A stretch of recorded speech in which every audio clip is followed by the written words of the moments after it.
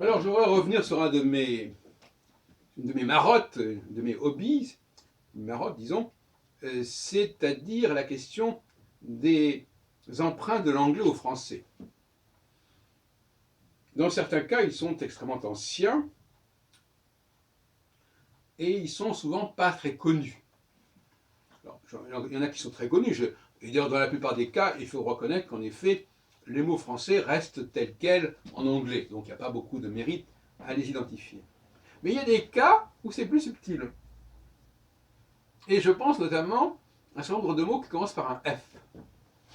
Et quand vous dites a few questions, I have a few questions, est-ce qu'on pense à j'ai peu de questions à vous poser? Eh bien non. Or, en réalité, ça vient du français peu, qui d'ailleurs correspond au latin poco, enfin, espagnol en l'occurrence, ou un po. Et donc, l'anglais, parce qu'on ne trouve pas du tout cette formule few en allemand, hein. En allemand c'est wenig, je sais pas quoi. Et donc, a few, quelques-uns, peu, c'est du français. C'est du français avec un F qui se transforme, un F qui remplace le P. Mais c'est une transformation qui est tout à fait classique. D'ailleurs, dans le P, si on met un H après le P, ça devient feu. On sait qu'en arabe, il y a récemment dans le film que j'ai vu l'autre jour, Mon fils, il y a tout un jeu à ce sujet, que la Palestine, Palestina, en arabe c'est Falestina. Donc, ou alors Paris, par exemple, c'est Baris. Bon, autre sujet. Mais, bon, alors on a d'autres exemples. Par exemple, on a le mot fair play. Fair play, bah oui.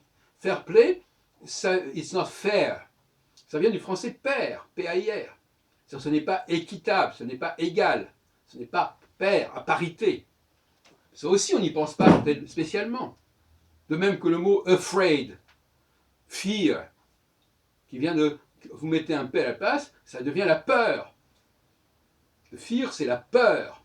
Et afraid, c'est quelqu'un qui a peur, en fait. Donc là aussi, on n'y pense pas spécialement à ces emprunts-là. C'est des éléments marginaux. Alors je ne sais pas, moi je ne suis pas un spécialiste de l'histoire de la langue au niveau des dates d'apparition, mais il semble que ce soit des phénomènes quand même assez anciens, qui s'expliquent comment? Ben, je ne sais pas, il y a plusieurs théories.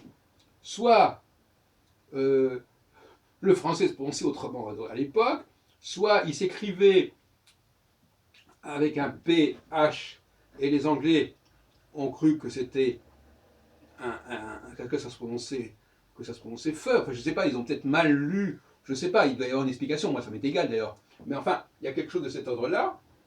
Et par exemple, le mot pharmacie peut s'écrire dans certaines langues avec un F, pas trop avec un PH, etc. Bon, ce sont les deux langues, les deux formes se ressemblent. Et d'ailleurs, en hébreu, on a ce qu'on appelle une lettre double avec la lettre P qui se prononce tantôt.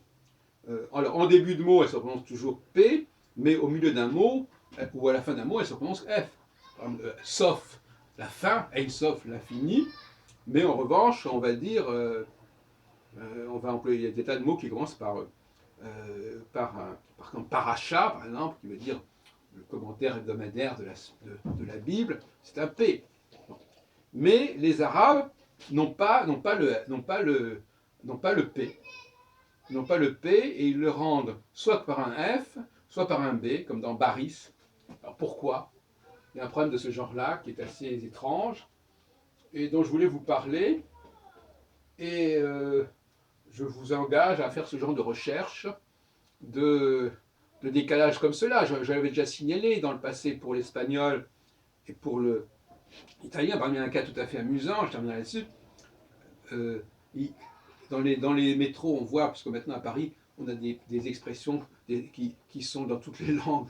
Donc, chiamare, par exemple, quand il faut la sonnette d'alarme, chiamare, en italien, eh bien, on n'a pas le L de clamar. Par contre. Mais en revanche, yamar, On a le L en espagnol, mais on n'a pas le C. Llamar, ça veut dire appeler aussi. Donc dans les deux cas, donc llamar, il manque le C, kiamar, il manque le L, et en français, on a le verbe clamer. Hein, clamer, voilà.